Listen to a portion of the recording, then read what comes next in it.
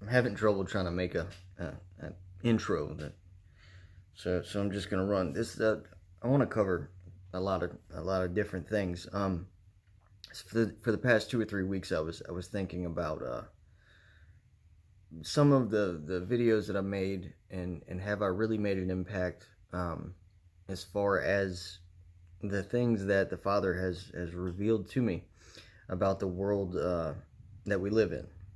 For whatever reason, the Father has shown me more of the side of like how evil really operates and how close it is to us. And I'm sure I'm not the only one that's clear to, but I've talked about some weird things. And so as I was going through this, because I was frustrated about worried about, am I making a difference? A lot of people get stuck on conspiracy theories, and there are people being abused, like satanically, and it goes amiss because people are looking into quantum physics and things like that, and for good reason. But there are other issues at hand where people's lives are being affected by the enemy, and if our focus is on other things, it's just allowed to run amok. And so, in thinking all this and being frustrated and worried that I'm not making a difference for the kingdom, I was thinking about doing a summary of some of the stuff that I brought up. When I first started, I had like 20. Well, I had no subscribers, right? And I just started making videos. They're made in such a way that they make more sense if they're seen in order. But I noticed that after I stated that, I went through a season of just worrying. I hadn't been on my own in over a year because I had previously seen some wicked things that I didn't think were possible, and having the feeling of just worry and fear, because there were, we'll just say, spirits sort of interacting with my surroundings. I don't know, I just went through a season where I kind of wanted to curl up in a ball. And maybe that made me look crazy. I doubt anyone watches everything in order that I make. But so as I'm going through this, worrying about if I'm making a difference, then I see my friend Photo Helix is leaving YouTube for good reason, to take care of family and to be a dad and all that. And I commend you for it. It takes a lot of energy to do this. And yesterday I was gonna try and make this video, but I didn't, and then I woke up and I saw that Awakened Saint was no longer on YouTube. And so today, I'm just going to go over a summary of some of the things that you may have seen, but I want them to stick. I want you to understand what I was trying to say, and how close evil is, to home. Not to be in fear, but I hope that in some sort of way you'll be able to take this to the Father and say, if you don't understand it, like what is this dude talking about? What is he trying to tell us about the operations of the enemy? When I first started out, I was just spending time on YouTube all day long because I was trying to digest some of the things that I had been through the previous year. One day, a channel as large as, it was Richie from Boston. So he comes on and he seemed really, I guess, frustrated. And he wasn't like trying to make a fear video. He just seemed agitated about something. I don't even remember what it was. And just with love, I made a video. I was trying to encourage him and to maybe shed some hope. I don't know. No subscribers, right? Just a little old guy saw something, and I had gotten a good bit of truth from some of the things that he had talked about. And because I sensed frustration or pain or something, I just had to be like, let me tell you something, and give you some encouragement. And yeah, so that's how it started. And I think that got the ball rolling to speak about some of the stuff that I went through. And as I continued to make videos right after that, I didn't think anyone was going to believe me. I really didn't. I thought maybe that everyone would think I was nuts, and that I would just end up there. There was a fear there that maybe I would die, and this was happening to other people. Because there are certain things that are etched in your mind whenever, certain life events, and when something spiritual happens, when a real deal, spiritual experience, good or bad, it's there forever. And it's not that you sit there and dwell on it, especially if it's a bad thing, but it's there. You're reminded of it, and you look at the world through a different lens because of some of those experiences. If nothing else sticks, the two that I would like you to really pay attention to, and I'll leave the links, they're older. There's a video that I did called One Crazy Night, a piece of a much larger picture. I don't know, it's in a piece of a much larger puzzle. The video is now 2 years old, but in it, I described an event that happened, and I was delicately trying to put it so that the knee-jerk reaction of it being dismissed because at the time I was an addict, I didn't want that to happen. Unfortunately, as I say in the video, I had enough experiences with taking, substances and abusing myself, that those things never happened. And it was almost as if whatever it was, whatever demonic element that showed up there in that instance, assumed that maybe I was going to think that I was crazy, or at best no one would believe me, right? Because there's an immediate cognitive dismissive response to you took some drugs, and that's, you get what you get. But things like that had never happened before. And so 2 weeks ago, as I was trying to put this together, I went around and I took some video footage of the story that I'm actually explaining, of where it was at, like boots on the ground, the first person view, where I got out the truck at the gas station and walked over to the McDonald's, so that I was thinking that I was going to make it real for the viewer, because I want them to take it seriously. It's an old video, but it means so much. Not because of the drugs, but because of what I talk about in that video and how impossible that should have been. And then video footage of where I was as I walked into the hospital, where I stood, where I was looking when that woman passed by. And then after I left the hospital a day later, and I was trying to speak with the family member that was with me, and how mad that they got. And it wasn't a mad it was unbelievable. It was they were mad that something was exposed to me that I wasn't supposed to see. I wasn't supposed to know that something like this was possible. That our very perception could be manipulated like that. And I've had other experiences where I've seen people that I've recognized, but it wasn't the person that I knew. Anyway, before I go any further into that and sound like a lunatic, I would just encourage you to check it out. The links will be in the video, and the way YouTube is doing, I wouldn't, I don't know, if you don't feel called to, forget about it. But I'm just, just in case, because all of this, it seems to be rapidly expanding, where they're just taking things away.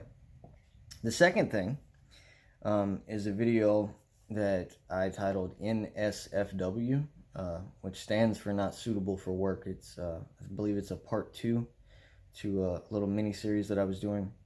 And the reason that is important is because in the experience that I described, though there was something evil there, and there was an evil plan, and I broke down at the end of the video. I'm not one to cry in front of people or try and make a dramatic effect. That's why I stopped the video, because I just don't, Anyway, in all of that, in that video,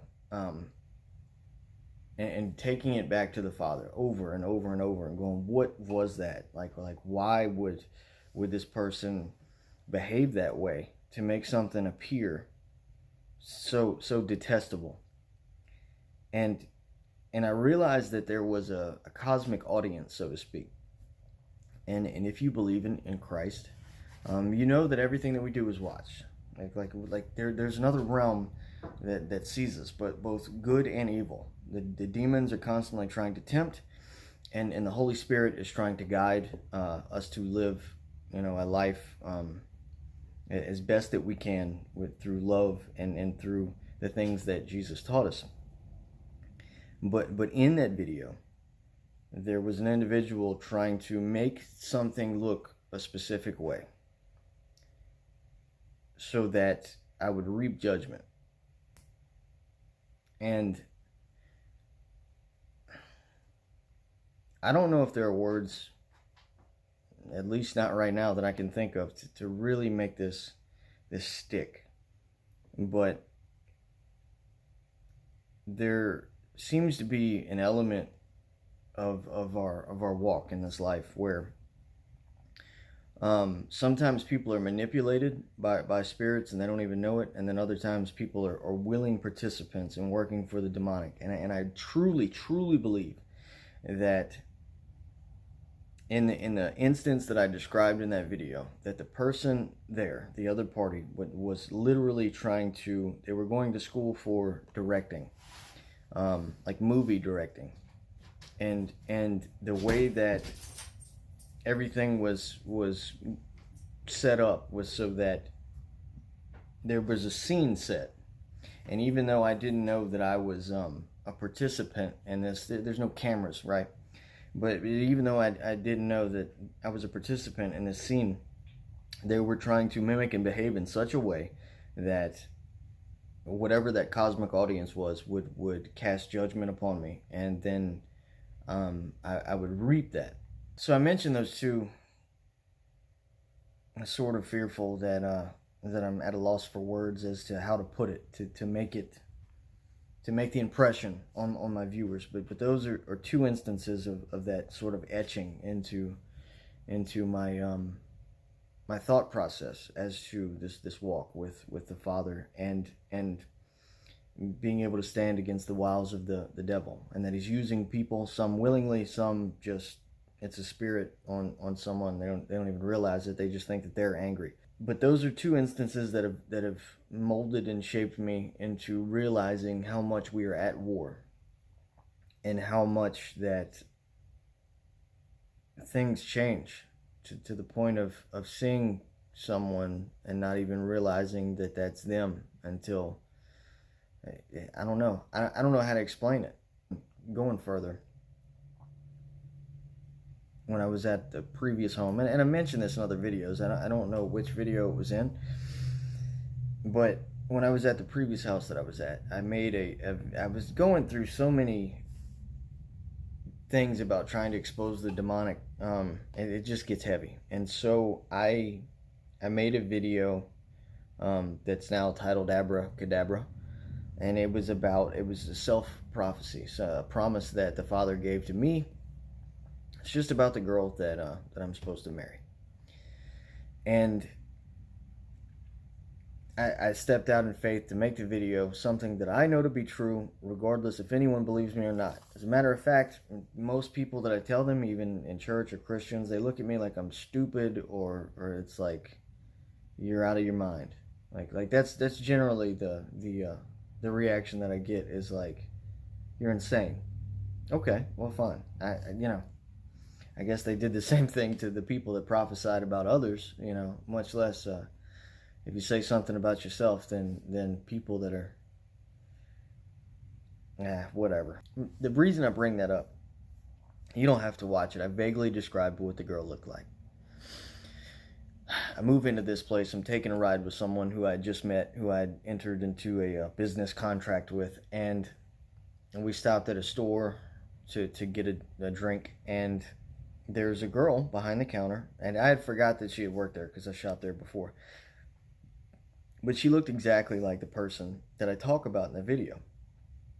Now, the only reason you could, anything you could take from the video is how vaguely I described the person. Short, blonde-haired girl, shoulder-length hair. And how I met her in front of tens of thousands of other people. And the person that was with me, who I had just met, looked at her. Her eyes got real big. She looked over at me and goes, is that her? And then kind of had a jerk response of like, oh crap, I wasn't supposed to say that. And it's situations like that that lead me, and I'm not calling this person evil or anything like that. I don't know what their intention is or what they're into as far as being exposed to. I don't know if it's divination or what. Being able to look into the past when I was in New Orleans around thousands of other people in the busiest time of year when I wasn't a Christian. Then God revealing to me much later that that's the person that I'm supposed to be with, and how I kind of bumped into her. And then a year after that, make a video about the situation, vaguely describing the person. And then a year after that, moving into another place, and someone who I've never met before is able to pinpoint someone that looks almost exactly like her. And I don't know why they were so excited that they saw him, but I get the feeling that it wasn't for my benefit. Luckily, it wasn't her. My point is that is impossible. That is impossible. If the structure of the world, the way that we live in, it is impossible for someone to see into the past while you're standing around tens of thousands of other people and go, that's what that person looks like. How do you explain that? I mentioned it to another individual that knows him. Told the story just about, how I said, isn't that kind of odd? And they started wringing their hands like nervously, looking down, and they didn't know how to respond. They super nervous. And I just took note of it. I didn't, call them out on it. I just said, okay. There's a lady that worked in like the human resources at the company that I'm at. She was a private contractor, but human resources did all the hiring. And she seemed to know the person that I was talking about from previous dealings. Not the girl I'm supposed to marry, the person I just described being able to look into the past. And I told them the story because of how odd that it is. Like how do you explain that? And her reaction was just like, oh, that's so stupid. Not that I was so stupid, but I was able to explain it to her, just in passing. And I'm like, how do you explain that? And it's again, that anger, that like, how could you be so dumb to reveal that? I don't know what all this means. I don't have the answers other than seek the Father in everything. But what I've learned from these different experiences and the first two videos, you don't have to see the Abracadabra one. It's a better example of what I've just described.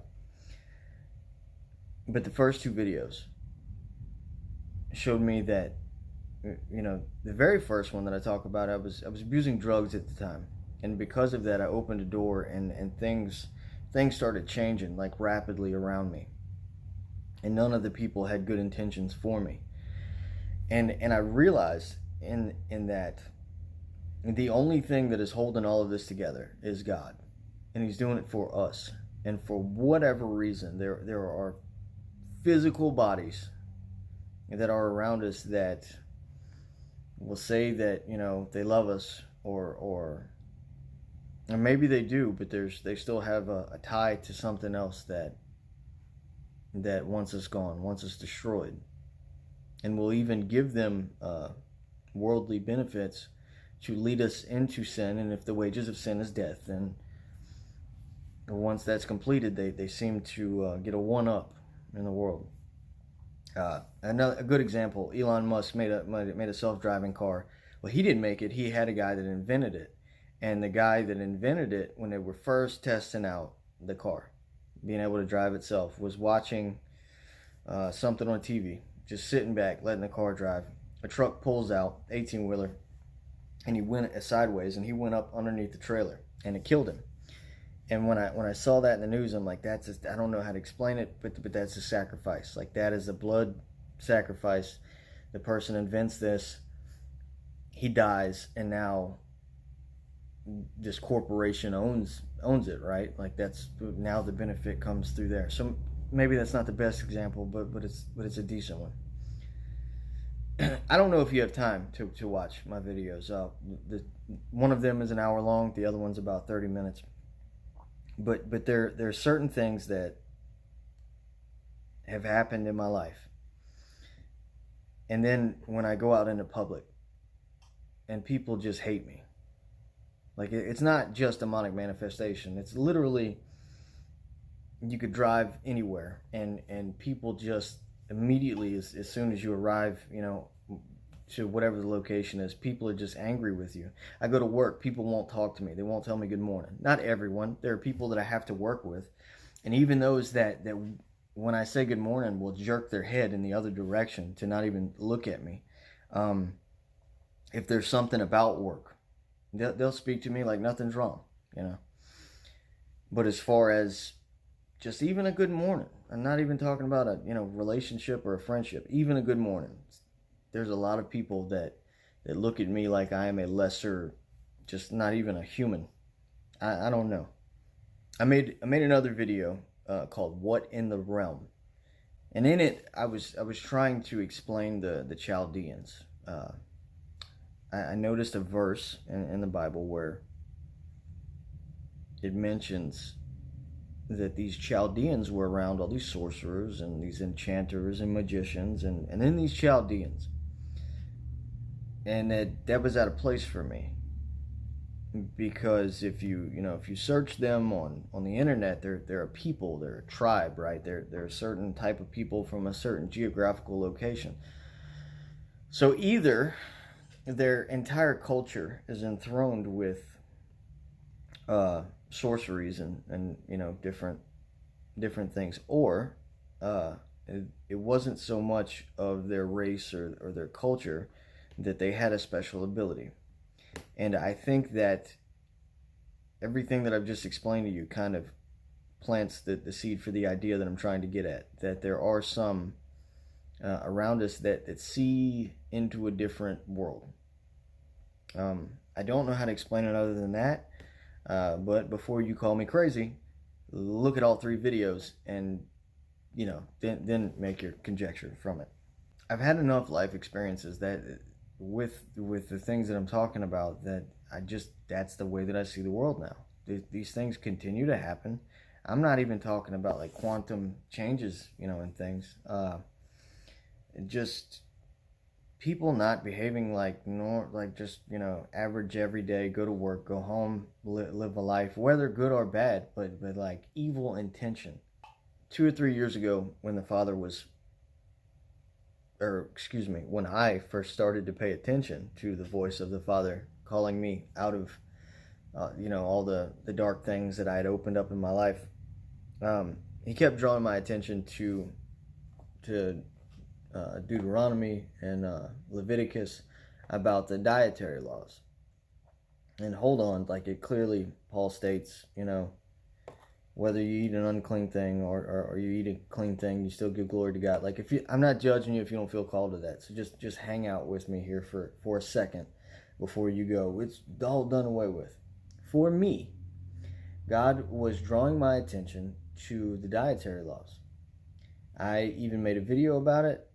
I don't know which one it is right now, and this video has gone on long enough. And then I noticed that the people that I was working with were trying to give me foods that were considered unclean in the Bible. Like over and over again for like a week.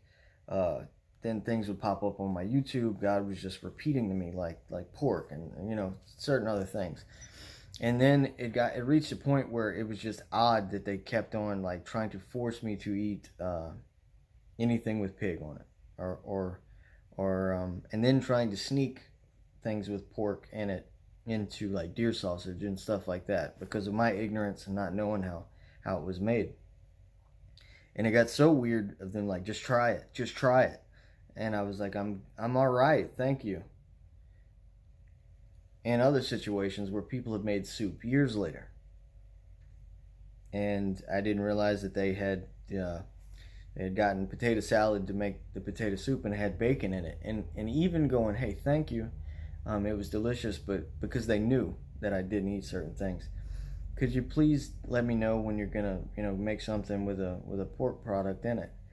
And the smile on their face and how happy they were, how good that they felt that they had given me something that I would consider unclean. Like that's not the normal reaction. I've met people that have had more respect for those that don't eat cow because they consider it a holy animal in other religions. But I'm only stating, it's like, where does the joy come out of putting a stumbling block in front of a relative? I'm not telling you that you have to follow the dietary laws. I'm telling you that it is sin to me personally, and I don't judge anyone else. Don't get stuck on, should I do this or do that? Like, seek everything through the Father. I'm just saying, for whatever reason, I noticed that when I would eat unclean things, I had less self-control, and then the same people that were operating with the demonic kept trying to give me things that God considered unclean. There has to be a connection to it. But I'm not condemning you if you don't. That's something you have to take to the Father. So before I make this like a 3-hour long video of me rambling, I'll leave you with this. And maybe this kind of attaches to the what in the realm thing. But there are about 4 or 5 different men that I consider elders, those that I could go to ask for advice, like biblically, spirit led people that I believe to be men of God, that I can go to ask for guidance. One of them flies a helicopter. Another one's a science nerd, but he plays a mean guitar. And one of them is just a crazy old man in Tennessee. And then there's this other guy that believes in Torah observance. Again, let's not get into the argument there. The one thing that I almost forgot to mention before I get back to them is, like, there are certain choking points in this whole thing. Whether you see the changes or you don't, whether you believe the earth is flat or round, whether you believe saved by grace, or that in the Old Testament where it says this should be a statue to you and all your generations, and a lot of people don't. They're just like, yeah, but that's Old Testament. Look, it's bad on either. You could either go all law and be a Pharisee, or you could go like, I'm completely saved by grace and I could behave like a reprobate. Again, take everything to the Father. I'm not having this conversation right now. But because of the thing with the dietary laws that I just explained, and the people reacting and trying to get me to eat them, during the time that God was like, pay attention to this, and how demonic that they started to react, I said, I think I'm gonna go a little bit further into some of the rules that we generally don't pay attention to here in America. Not all of them. Again, I don't want to have that conversation. That's another video. But my point with these different gentlemen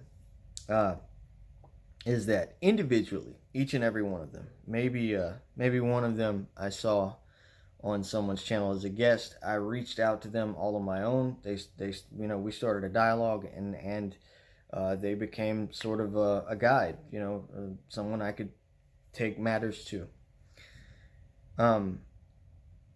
But with the exception of that one, I met all these individuals individually, and through conversation and fellowship, I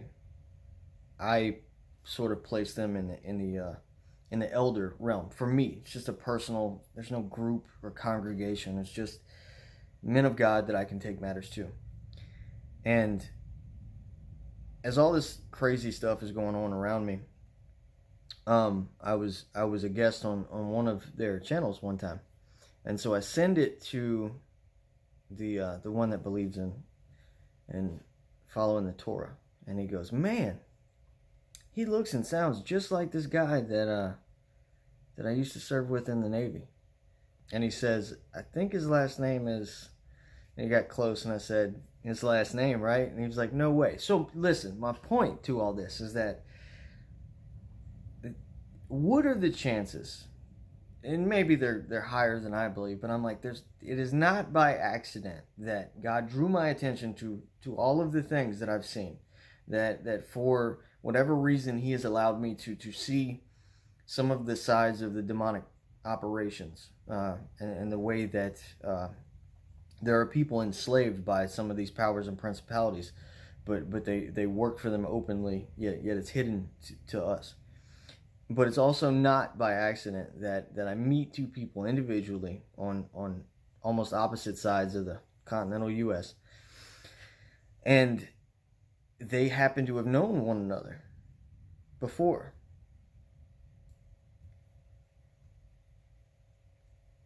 I just thought that was amazing, because I had already placed them to a certain esteem in my mind as a biblical elder to me individually. And then I happen to send one a link, and he's like, "Hey, I know him." Isn't that wild? I don't know if the video links will even paint a better picture for you.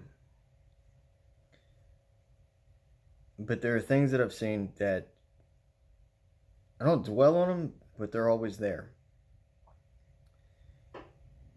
There is a giant demonic force operating in and out of the world, and the world is far more spiritual than we think, because we're taught to think in the physical by the world, ironically, and yet the Father is holding everything together for us.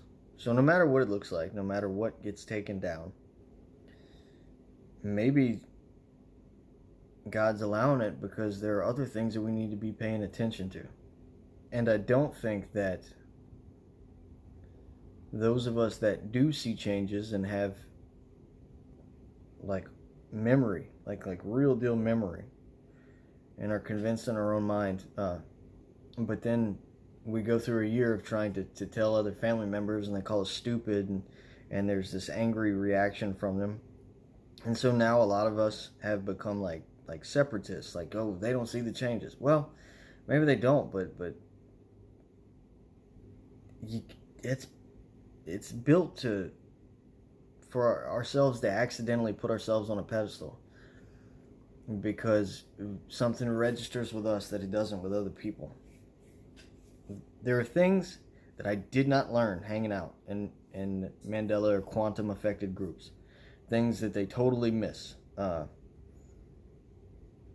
there are things in other places that I didn't learn there. Maybe all this could have been said a little better. I hope it makes more sense to you than I realize. But nonetheless, the world that we live in is not the picture that's being painted for us. The hope is absolutely that God is holding our part together, specifically for us, for His glory, but it's like out of love. And it doesn't matter what the world looks like He's there for us.